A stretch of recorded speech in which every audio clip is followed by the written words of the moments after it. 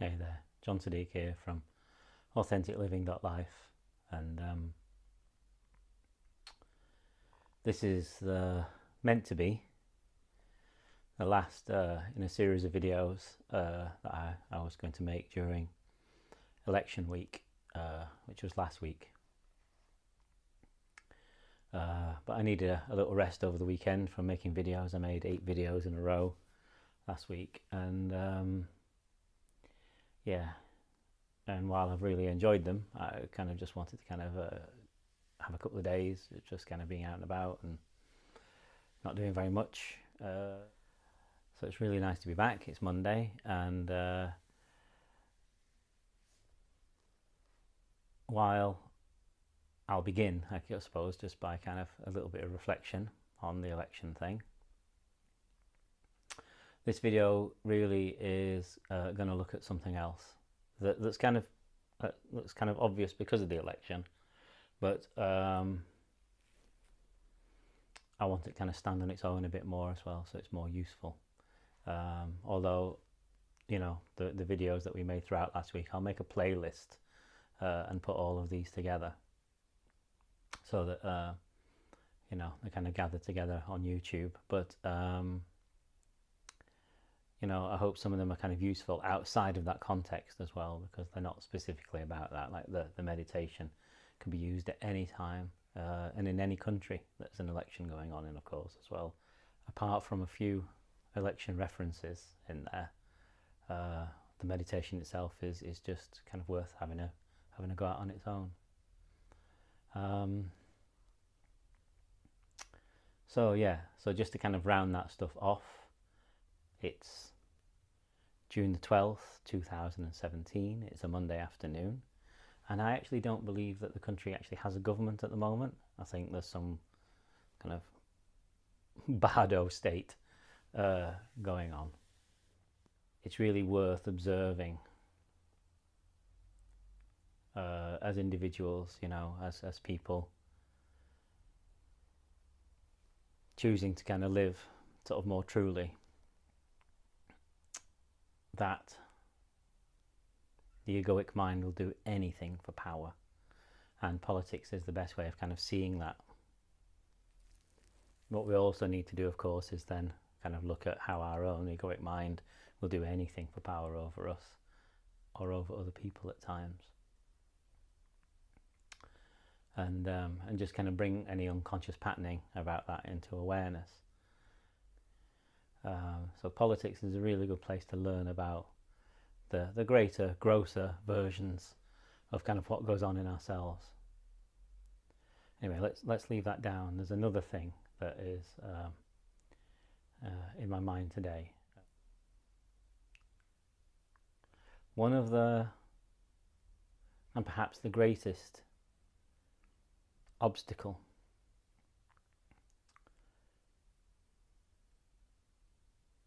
to any forward movement sacredly towards kind of knowing the truth of our existence is our identification with who we think we are.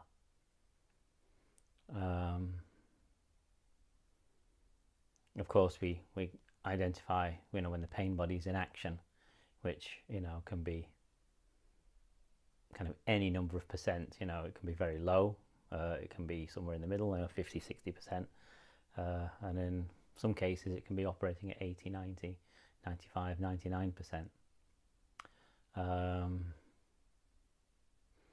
And so some identity is built from that, but we think we are who we think we are, and unless we actually ask ourselves at kind of, you know, a deeper level beyond just the mind of who we really are and what we're here for, that will continue. And you can see in terms of politics how people kind of, you know, didn't vote for the outcomes that would have actually caused things to change because they wanted to cling to their identity. I'm a member of this group, you know, or I'm a person from this country. These are my values. And so we often don't live in the present moment, serving that moment from life in the way that best moves us forward, either as individuals or as countries. And the reason that we don't do that is because we believe in our identity, and trying to convince ourselves, and I've come across people acting like this, that we're not those identities, by saying things in their head, really causes kind of illness and displacement and kind of odd things, and just comes across as plain corny and fake, you know. But when we begin to sort of sit, to practice, to settle down into being, whether that's just for the length of a meditation, whether it's a more continuous experience, whether it's kind of a few minutes throughout the day. But when we begin to kind of turn within, which doesn't mean becoming introverted, but just turning within so that we begin to know who we really are and what our life is for, we start to realize quite quickly that we're not who we think we are. We're not the contents of our mind. We're not the things that we've learnt. We're not the values that our families gave us. We're not the educations that we've had. We're not our politics. We're not the nationalities that we believe we are. Things aren't called what we think they're called because they're just life, you know. And we were life before we were even given a name.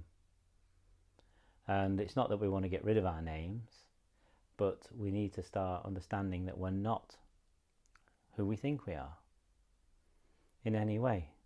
You know, not one thing of us will remain when we're gone,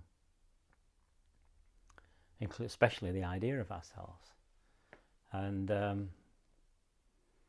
you know, you can see that that's true without getting into any kind of spiritual stuff. You can see that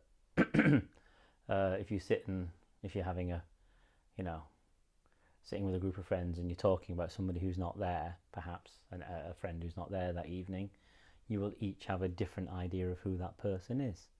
Not one person will actually have the, you know, complete version of that person, unless, of course, you are able to sit in presence, and then you will see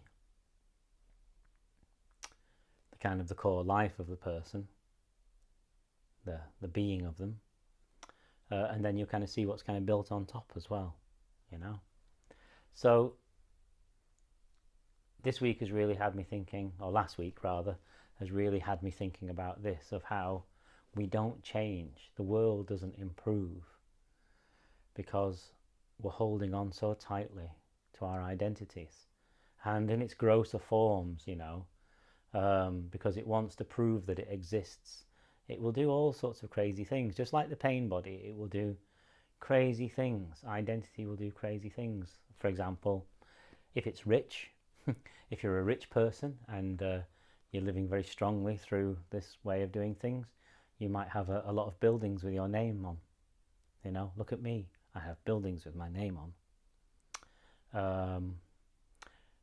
If you're a spiritual seeker, you know, you might turn up at a retreat or something, and there's some little person sitting on the stage, kind of, you know, giving a teaching or whatever, and you might be sitting there thinking, well, you know, I'm certainly more spiritual than this guy, or I know more yoga than my yoga teacher, or you know, and we might, you know, I'm a mum, I'm a English person, I'm a this, I'm a that, I'm a man, I'm a spiritual teacher, I'm a student, you know, and those are roles that we're playing, you know. It's a role that life is playing, and it's good that we live our human lives, you know. A spiritual life or a sacred life is not one where we try to be sacred and throw our human life away. It's one where we actually live deeply and as truly as possible the human life that we have, because that's the gateway that we have to to truth. Your own life is the gateway to truth.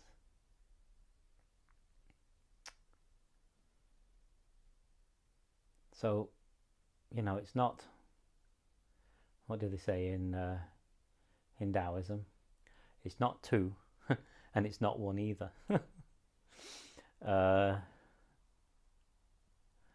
It's like that, really. You know, it's definitely not two, but it's definitely not one.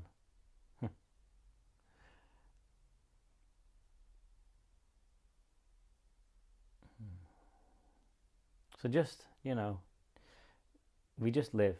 That's all we do. We do our practice. They say in Zen, you know, before enlightenment we chop wood and we carry water, and after enlightenment we chop wood and we carry water. And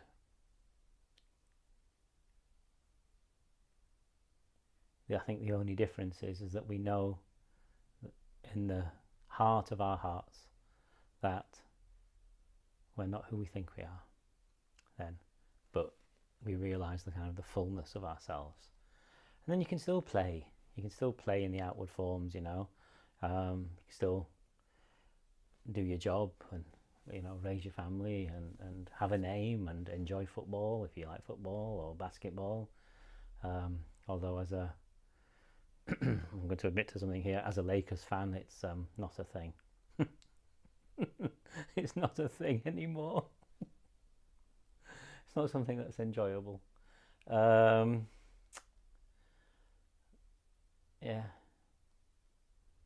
But identity and pain body, those are, you know, are two things. And yet true identity and healing the pain body through getting to know who we really are, through awareness of who we really are and awareness of the pain body in action when it arises, and just honest, not self-defending, beautiful kind of loving connection with ourselves leads us to loving connection with others, leads to the world changing perhaps in a way that we might do an awful lot better.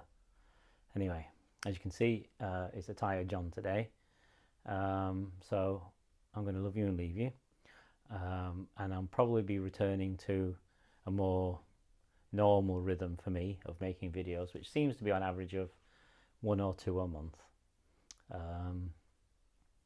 So bless you if you've been watching this series. If you've enjoyed these videos and this video, then please subscribe to this channel if you're not a subscriber. Give us a thumbs up and a like. Tell me to get some sleep. Leave us a comment down below and let us know how your practice is going on. I'm always really happy to hear from you. Lots of love.